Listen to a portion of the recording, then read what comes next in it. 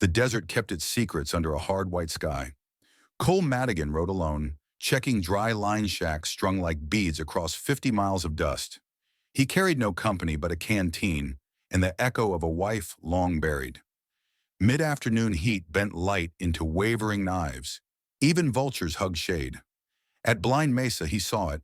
A tall saguaro leaned east, arms outstretched. Someone had nailed a woman to its bark with barbed wire staples twisted through her wrists. Blood crusted black against green flesh. Below, a board scrawled in charcoal. She was young, 20, maybe less.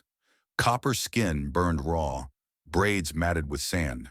Her eyes, half open, held no plea, just a flat stare that measured distance between life and the next dry wind. Lips bled where thirst cracked them. Still, she breathed. Cole scanned the horizon. No hoof prints, no dust coil. Cowards already gone. He dismounted, unsheathed his skinning knife, and worked the staples free. Each tug drew a hiss through her clenched teeth, yet she made no other sound. When the last barb fell, her body sagged. He caught her, felt weight light as rumor. He laid her in the shadow of the cactus and held canteen to her mouth. She swallowed once, twice, then turned her face away, careful, proud, as if rationing mercy. Cole studied her wounds. Rope burns on ankles, sand embedded deep, thorn cuts along calves. He tore his neckerchief into strips, pressed them against bleeding lines. She watched, eyes narrowing, deciding whether to hate him. Name! His voice cracked from hours of silence. Her lips formed breath more than word. Tala. The sound rode on grit but carried steel. He lifted her onto the saddle in front of him, one arm bracing shattered strength, and nudged the roan toward Red Basin, 12 miles of bad ground. The sun fell behind ragged hills. Night came cold and sudden. At his line shack, one-room stone, roof of sagging tin, Cole stoked a mesquite fire. He boiled water, rinsed wounds, smeared grease. Tala watched every move, jaw tight. When he offered more water, she accepted, but only what she could sip without spilling. Pride, he noted, stronger than pulse. She slept propped against the wall, wrists bandaged, ankles bare. Cole rolled his bedroll near the door, rifle within reach. Coyotes yammered somewhere beyond the wash, but nothing two-legged followed. At dawn, she woke before him, tried to stand, legs refusing. She crawled outside, palms scraping grit, reached the water barrel, and drank. Cole stepped forward. She waved him off. Small, sharp gesture. Independence declared. He found cedar branches, fashioned crutches padded with scrap hide. When he placed them beside her, she hesitated, then lifted each with measured respect. She rose, raw legs trembling, and crossed 3 full steps to the fire. Victory showed only in the soft exhale she couldn't hide. That afternoon, Cole hitched the wagon. Town sat 15 miles north. Hard ride, but supplies waited. Tala eyed the wagon boards, then gestured southwest, deeper into open land. He shook his head. She was half dead. She jabbed a finger to the horizon again, eyes flaring. He understood. The water source she was accused of stealing. Proof of innocence or just home? Hard to know. He pointed instead to his chest, then to the earth beneath their boots. Safe here first. She looked away. War warring with need. Wind shifted. Dust rolled. Beyond foothills, black clouds gathered. Summer storm building spite. If flash flood cut the pass, they'd be stuck days. Cole tied canvas over the wagon bed, laid blankets thick. He motioned, "Ride with me." Tala set crutches aside, hauled herself up, grimaced tight. He handed her canteen. She ignored pride and drank. They reached Willow Gap by dusk. Lightning forked distant mesas. Main Street buzzed, townsfolk spilling from the saloon, wagers loud. A ranch hand elbowed his friend. Madigan back, but looks like he didn't finish the job. Laughter sharp as broken glass. Cole kept eyes forward. At the store, he bought flour, salt, linen, and a small tin of laudanum. The clerk glanced at Tala, pity and suspicion mixing like sour mash. That the Pima thief they hung out south? Cole slid coins across the counter. That sign lied. Maybe, Or maybe thirsty folks turned mean. Outside, storm wind whipped dust. Tala stared at faces lining porches. Some curious, some cruel, most betting she wouldn't last a week. She gripped the wagon seat, knuckles bone white. The first raindrops hit as they cleared town limits. Thunder rolled, low and angry. Cole guided horses into the wash just as sky split. Rain hammered tin, rattled nerves. Water rose ankle deep, then knee. He steered toward a shale shelf, high ground. Wagon heaved, lurched. Tala braced, eyes locked forward. When a log swept past, she grabbed the reins slack and pulled with him, focus fierce. Together they fought current until wheels hit solid rock. They camped under the overhang. Fire coaxed from damp cedar. Rain sheeted beyond lip of stone, silver wall. Tala sat wrapped in a blanket. Cole offered laudanum. She shook her head. Instead, she dipped cloth in boiled water, dabbed her wrists. The storm's roar masked silence between them. Lightning lit her face. Cuts, grit, unbroken resolve. He wondered who had left her for crows, wondered what debt the desert might now demand of him. She caught his gaze, held it. A question lived there. What will you do with me when the rain stops? He had no answer yet. Outside, floodwater carved new paths through dust, routes memory couldn't predict. Inside, two strangers waited for dawn, unsure which way rescue truly flowed. Morning seeped gray through ragged clouds. Water still hissed down gullies, but the worst of the flood had crawled off into lower country, leaving river mud streaks on wagon spokes. Cole stirred the embers, brewed coffee thin as regret. Tala crouched nearby, blanket draped like a cloak. She watched steam rise, then pointed beyond the wash. West, not south as yesterday. He followed her line of sight, a jagged ridge, sandstone torn open by some forgotten quake. Between two ramps of rock, a faint ribbon of greener brush cut the brown, an impossible vein. She tapped her chest twice, then traced a curve on the ground. Water under stone. Cole nodded, skeptical. Still, any spring meant life for calves and wheat. He loaded the wagon, helped her climb. Mud dragged wheels until hardpan resumed. They reached the ridge near noon.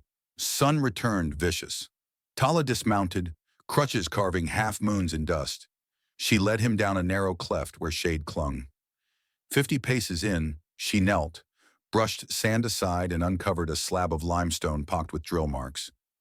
Beside it, a rusted hand pump lay broken, bolts kicked free. She pressed her ear to the slab, palm flat. Cole listened, faint gurgle, like breath behind a closed door. He fetched a length of pipe from the wagon, hammered until stone fractured. Dark water welled up, cool, clean. He cupped both hands, tasted earth and promise. Tala allowed herself one slow smile. First he had seen. Then she drank, wiping cracked lips with the back of her wrist. They filled barrels. Cole marked the map in his head. Blind mesa, broken pump, hidden spring. He glanced at her wrists, scabbed, raw. Pulled a tin of salve from his coat, set it beside her on the rock. She dabbed the ointment, jaw tight from sting, but offered a curt nod. Debt shared. 3 days later, they rolled into Sparrow Junction with water samples and a story townsfolk half wished to doubt. Cole spoke little. Jar in hand spoke enough. The mill manager sniffed, tasted, blinked. Could run steam year-round. Banker Raleigh's eyes flicked coins. Word flew faster than prairie fire. That night, 3 men rode to Cole's line shack, Raleigh's ranch foreman and 2 bruisers. They dismounted, torches spitting grease. Water rights, Madigan, foreman growled. Land's county-owned. Hand over coordinates. Cole stood in doorway, Henry rifle resting lazy across his arms. Well sits on unclaimed ridge. I'll file stake come morning. Foreman smirked. We'll file tonight. With fire. Torch arced. Before it landed, Tala's crutch cracked the foreman's wrist. Torch tumbled into dust, hissed dead. She pivoted, second crutch sweeping legs. One bruiser fell, cursing. The other lunged. Cole's rifle snapped level. No shot, only the steel fact of a barrel between ribs. Men retreated, pride bleeding faster than scraped skin. Cole kicked sand over the torch, heart hammering. Tala's shoulders heaved, but her gaze stayed clear. No triumph, only readiness for more. Inside, firelight trembled. Cole poured water, offered cup. She drank, hands shaking now that danger passed. He rested palm against her sleeve. Wordless thanks. She pressed back, slight pressure. Enough. Rain tapped tin, gentle this time. Dawn saw them before the county clerk, filing claim. Clerk frowned at the Pima woman's presence. But law read names, not blood. He stamped papers. Raleigh arrived minutes too late, silver cufflinks flashing anger. He threatened court. Clerk shrugged. First come, first served. Raleigh's glare settled on Tala's calm face, burnt wrists, unbowed spine. He spat dust, stalked off. Weeks bled into July. Cole and Tala built a low stone wall around the spring, fitted new pump, ran conduit to a clay cistern. Homesteaders trickled in, filling skins. One left a sack of cornmeal, another patched wagon boards. Slowly the ridge became less forgotten. Trust also widened. Cole taught Tala simple written words. Well, son, safe. She copied letters with charcoal, careful to mirror his strokes. He learned her hand signs for snake, storm, friend. Quiet conversation knitted day to day. One afternoon she limped unassisted from crutches, 5 paces before pain forced rest. Cole offered a stick carved from mesquite, lighter, balanced. She accepted, tapping thanks on the ground. That night they ate beans by lantern. Wind pried its shutters. Cole placed the filed deed on the table between them. Tala touched the parchment, then traced a circle round both their names. She raised questioning eyes. He understood. Shared ownership. He slid the paper closer, tapped twice over her name, once over his, equal parts. She breathed out, relief mixing with respect. Outside, coyotes yipped agreement to fates rewritten. But towns forget kindness when gold glints. Surveyors arrived, claiming the rail spur would cross Blind Mesa. Raleigh backed them. Track would seize spring under eminent domain. A meeting convened in the saloon. Raleigh argued progress. Cole argued water rights. Tala stood before them, scars visible. She said nothing, only poured a glass of clear spring water, set it on the bar, and stepped back. Silence. No speech matched the weight of that glass. Farmers remembered drought. Cattlemen remembered dust-choked throats. Votes tallied. Spur rerouted 2 miles east. Raleigh stormed out, empty. That evening, Cole and Tala sat on the ridge, sun bleeding red. She pulled a small wooden figure from her pouch, a saguaro, arms raised, wires cut free. She set it on the stone wall, comet tail engraved behind. Cole added his old wedding band. Long kept though grief had faded, circle broken, then reforged.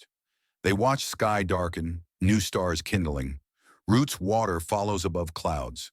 Tomorrow held uncertain paths, but tonight they rested, quiet bells of crickets keeping time. Dawn slipped over the ridge like a slow flame. Cole rose first, stirred the coals, breathed cedar smoke.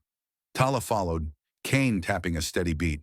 She walked 5 full steps before leaning on the stone wall, distance doubling every sunrise. They hauled buckets, filled troughs, listened to the spring's hush.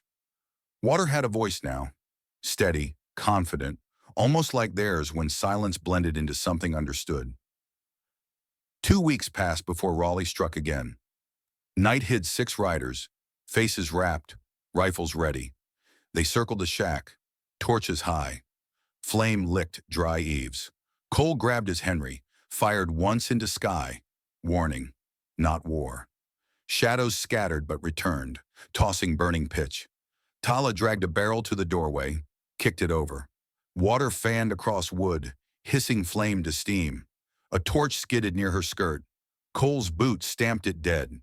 Gunfire cracked. Splinters jumped from doorframe. Cole shot low, hoof, not heart. A horse screamed. Men cursed, fled into black. When quiet returned, roof smoked but held. Tala knelt, palms shaking. Cole touched her shoulder. Thanks carried through pulse, not words. She exhaled, steadied. Wariness settled like dust after stampede. They would need more than buckets next time. They cut cedar poles, raised a frame around the spring, wired lanterns high. Tala etched small symbols on each post. Rain, moon, Guard. Cole strung cowbells along fence wire. Makeshift alarm. Every nail drove deeper into shared ground. Walt Dunning brought rawhide and a Winchester. Town stands with you. Kellerman twins arrived, shame replaced with purpose. Helped dig a trench that would flood approaching riders. At sunset, the ridge bustled. Families filling barrels, children chasing lizards, laughter echoing in places once reserved for wind. Cole watched Tala teach a girl to grind maize. Hands moved graceful, cadence of a language older than railroads. Pride warmed his ribs. Mid-August delivered mesquite beans thick on branch. Cole and Tala filled gunny sacks, hauled them home. She roasted a handful, crushed them, boiled rich coffee-sweet brew. They shared mugs on the porch, legs almost touching. After the second sip, Cole spoke low. "Thank you." She raised a brow. "For what?" He tipped his mug to the horizon where green now traced dusty flats. "For bringing life." She looked where he pointed, eyes bright, then pressed two fingers to her own chest. Then his. Gratitude traded both ways. Moon rose. Crickets tuned their strings. Cole's hand brushed Tala's. She did not pull away. Pulse beat under scarred wrist, quick but calm. A stage rolled into Sparrow Junction bearing Judge Hollis. Territory circuit. Raleigh filed assault charges against Cole for wounding hired hands. Court convened in Depot Warehouse. Benches filled. Raleigh testified first, voice slick. His men showed bandaged foot and bruised rib. Cole stood, hat off, spoke 10 words. "They burned my roof. I protected a woman and water." Judge asked witness. The hall doors opened. Tala walked in, cane slow but steady. Murmur rose. Half the town had never heard her voice. She didn't need it. She carried the burnt torch head, laid it before the bench, then produced Raleigh Foreman's monogram buckle. Found in ash after attack. Gasps scattered. Judge Hollis eyed Raleigh. Sweat beaded fancy collar. Case dismissed. Fine levied on Raleigh for arson attempt. Outside, applause broke. Tala met Cole's gaze, a quiet smile bending dusk. Raleigh left town week later, debts unpaid, dreams dried like mud cracks. His vacant office became a feed store. Sparrow Junction kept the springs water free. Travelers left seeds, stories, songs. Cole added a second room to the shack, cedar walls smelling of hope. One evening he hung a small shelf near the bed, placed the carved saguaro upon it. Tala rested the comet-tailed horse beside. 2 tokens, 1 story. She touched the empty space between carvings, glanced at him. Cole's lungs tightened. Tomorrow, maybe, that space would hold new shape, one they'd carve together. Outside, wind softened. Stars blinked awake, mirrored by lanterns guarding the ridge. A coyote yipped, distant, respectful. Water whispered beneath stone, a promise kept. Autumn settled slow, painting the ridge in muted copper. Daylight shortened. Water kept its hush beneath the limestone cap, dependable as heartbeat. Cole framed a window in the new room so dawn would land where Tala slept. She woke each morning to that pale band of light and the smell of coffee drifting from the stove. With Raleigh gone, no one spoke of taking the spring, yet Cole felt an unease that clung like cold before snow. He replaced the cowbell alarm with a tripwire linked to a rifle cartridge. Louder, sure. Tala did not protest. Trust meant accepting preparation. One cold evening, she walked the length of the porch unaided, cane left leaning inside. 5 paces, pause, 5 more. Cole watched from the doorway, arms folded against the urge to rush forward. When she reached the end rail, she turned, eyes shining, and took a final step into his chest. He steadied her, felt the tremor ease, felt her breath against wool, and knew a line had shifted from strangers to home. News spread that the railway crew would bring dynamite to carve a cut east of town. The ridge was safe, yet Tala remembered how progress could bend like a bad spur. She suggested planting mesquite in a wide loop around the spring, roots thick, hard to trench. Cole hauled saplings.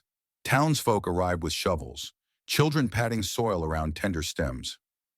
Walt Dunning joked that the grove would be Madigan's own living fence. It grew fast in the mild fall, green spears bristling against an orange sky. The shack became too small for gatherings. Cole and Walt raised posts for a low barn, beams mortised by evening firelight. Tala hauled nails in her apron, handed them one by one, the rhythm of work stronger than old scars. When the last rafter set, Clara Kellerman painted a comet in whitewash over the door. She finished with a grin and wheeled back, hands speckled, pride clear. 2 weeks before frost, Cole sat by the hearth, carving a sliver of pine. Tala joined, watching the curl peel away. He handed her the knife. She hesitated, then began shaping a second figure. A small ladle, delicate, handle curving like flowing water. When she finished, she placed it on his palm. He understood. The spring had fed many. Now it would feed him as well. He set the ladle on the shelf between saguaro and comet horse. The space, once empty, felt complete. Winter arrived on a night wind sharp enough to whistle through nail holes. Snow powdered the mesa white. Cole taught Tala to fit iron shoes to the roan. Her grip on the hammer proved steady, and laughter escaped when the horse sniffed her hair. Later they sat inside, soup warming their hands. She traced letters on the table dust, Home, then underlined twice. Cole caught her wrist, pressed his lips to the knuckles that once bled on cactus bark. A promise moved between them in the hush. Cold deepened. One evening, distant thunder rolled. Too dry for storm, too solid for sky. Dynamite. Rail crew blasting new cuts. Earth shook cups from the shelf. Cole saddled up to check the ridge. Tala insisted on coming. They rode through brittle grass until they saw lanterns flicker at the far edge of the mesquite ring. Workers hammered stakes, new survey pinned straight through the fledgling grove. Foreman Torres, hired after Raleigh's exit, waved papers. Company rerouted, shorter grade, will buy water rights at fair price. His men eyed axes, saw teeth bright against moonlight. Cole refused. Papers meant less than soil under his boots. Torres gave sunrise deadline. Tala stepped forward, scars visible, cane steady. She rummaged in her pouch, produced the burnt torch head, Raleigh's failed threat, held it aloft, then dropped it at Torres's feet. Statement clear, they had burned once, survived. The crew hesitated. Legends travel faster than rails. Back at the shack, Cole and Tala planned by fireglow. The mesquite line was young but dense. If they could flood the trench path, clay would turn to sucking mud overnight. They opened a sluice from the cistern at dusk, water pooling along the stake line. By dawn, when crew returned, the ground swallowed boot and shovel alike. Torres cursed but would not waste weeks digging bog. He folded the map, spat dust, and ordered retreat. Track would bend east once more. Town hailed the ridge defenders. Judge Hollis drafted a local ordinance naming the spring communal heritage under guardianship of Cole and Talamatigan. He spoke the surname clean, as if it had always been hers. No one objected. Snow fell thick the week before Christmas, blanketing mesquite tips like small white crowns. Inside the barn, the new roof held, warm hay stacked knee-high. Tala lit a lantern, motioned Cole to stand beneath the mistletoe Clara had sneaked overhead. He feigned surprise, but his voice went quiet. He asked with eyes only. She answered by lifting onto her recovering toes, pressing a kiss soft and sure. Heat rose, melting cold both outside and buried in their chests. That night they slept side by side on the wide bed in the added room. Dawn light exactly where he'd planned, painting her face gold. When snow glare woke them, she traced one more word on his shoulder. Family. He whispered it back, the syllables tasting new yet right. Months later, with thaw swelling creeks, Tala walked to town with only a cane. Not necessity, but memory. At the church door, she read the ramp plaque, built from comet water and stubborn hearts. She laughed, the sound low, a river under ice finally free. Inside, Luke Harper, now a circuit elder, asked if they sought marriage papers. Cole smiled. Paper or not, vow already lived. Still they signed. Clergy wrote both names. Cole Madigan, Tala Madigan. Ink set, rail straight. The congregation spilled outside. Children chased blossoms, wheat already green. On the ridge, the mesquites leafed thick, guarding the spring that drew strangers into kin. Beneath the comet sign, Cole and Tala placed a new carving, a ladle pouring water into cupped hands. The shelf bowed slightly, holding weight not of wood, but of stories, each heavier and sweeter than the last. Twilight settled. Lanterns lit a soft halo over the barn door. Cole squeezed Tala's hand, turned toward neighbors gathered in the yard. "If quiet water quenched your thirst," he said, voice carrying just far enough, "leave a like in the dust, subscribe to the journey, and ride back when another silent miracle finds us." Soft laughter, gentle applause, crickets chiming. The sky brimmed with early stars. A lone meteor flared west, twin tails painting the night for anyone still awake to believe. No one doubted now. Winter melted into a soft, forgiving spring. Snowmelt fed the high creeks, and every draw on the ridge rang with the quiet voice of running water. Cole rose before dawn, walked the line of mesquite, and found green shoots pushing out where frost had bitten them clean 3 months ago. Roots held fast.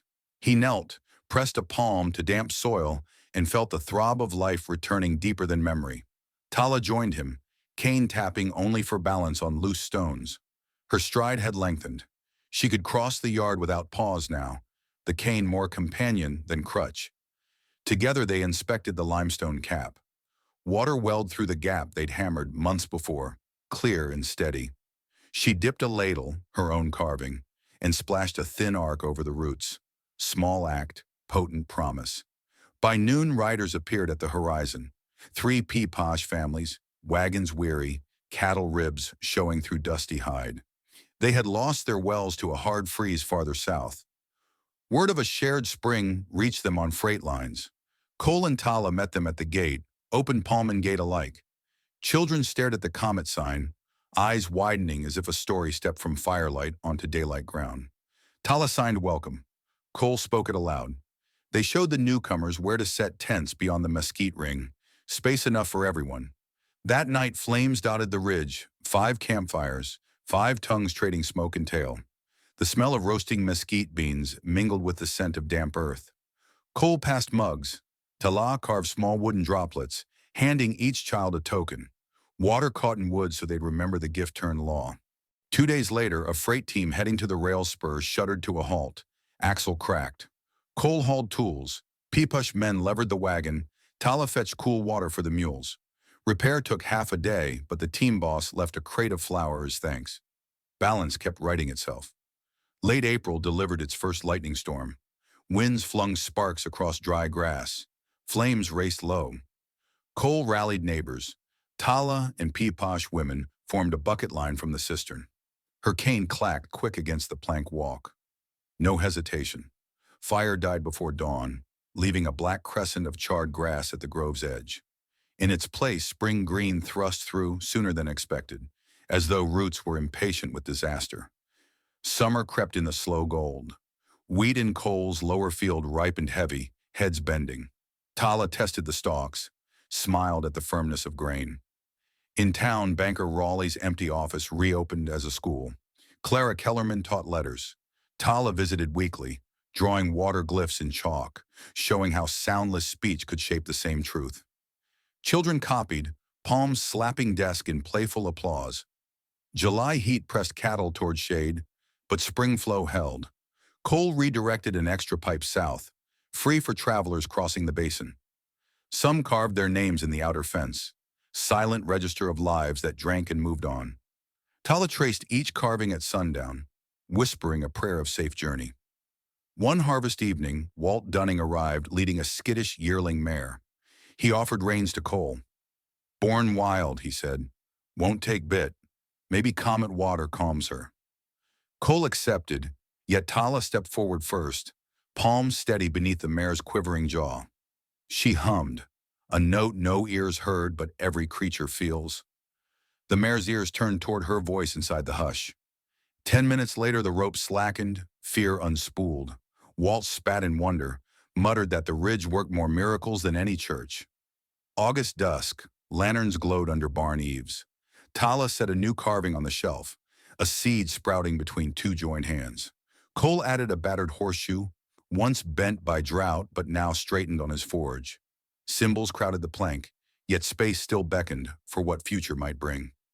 In September, a traveler arrived, a mail rider from the far south, carrying nothing but a blanket-wrapped infant and a letter addressed to the water keepers. Mother gone to fever, Father lost on a cattle drive.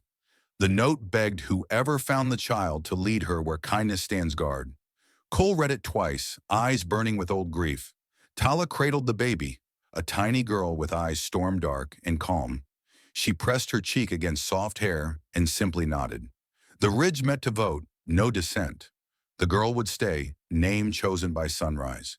They called her Nyavu, meaning spring returns. She curled her fist around Tala's finger, grip fierce for one so small. That night Cole rocked her against the hush of the spring. He felt the circle close. Loss met by life. Silence met by a new voice still waiting to speak. Winter returned gentle, snow dusting mesquite crowns like thin sugar. Nyavu took first steps across the porch, tottering between Tala's cane and Cole's steady hands. Her laughter rang, clear as chipped glass catching sun. It echoed over the yard, bounced off limestone, slipped down the cistern shaft, and mingled with water sound. One music. On the shortest day of the year, neighbors gathered for a feast. They crowded inside the barn, warm with lamps and breath. Cole raised a mug. Words came slow, ground from stone yet smooth. Water belongs to no man, but stories. Stories bind us like roots. If ever thirst led you here, know the gate stays open.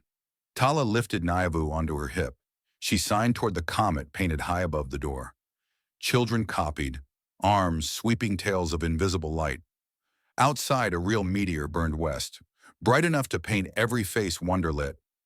Cole watched it fade, felt Tala's hand curl into his. The cut across her wrist, once jagged, now healed to a thin, pale scar. It lay over his pulse, marking the distance they had traveled from cactus bark to dawn. The meteor vanished. The warmth remained. In that long hush, a writer's heart might remember every mile of dust, every rough breath, and know it had led exactly here. Under the comet sign, the shelf bent gently with new weight. Shavings drifted to the floor, catching lamp glow like sparks that choose not to die. Beyond the ridgeline, water whispered onward through hidden veins, carrying their story to places they might never see. Quiet proof that mercy, once rooted, grows wide and wild.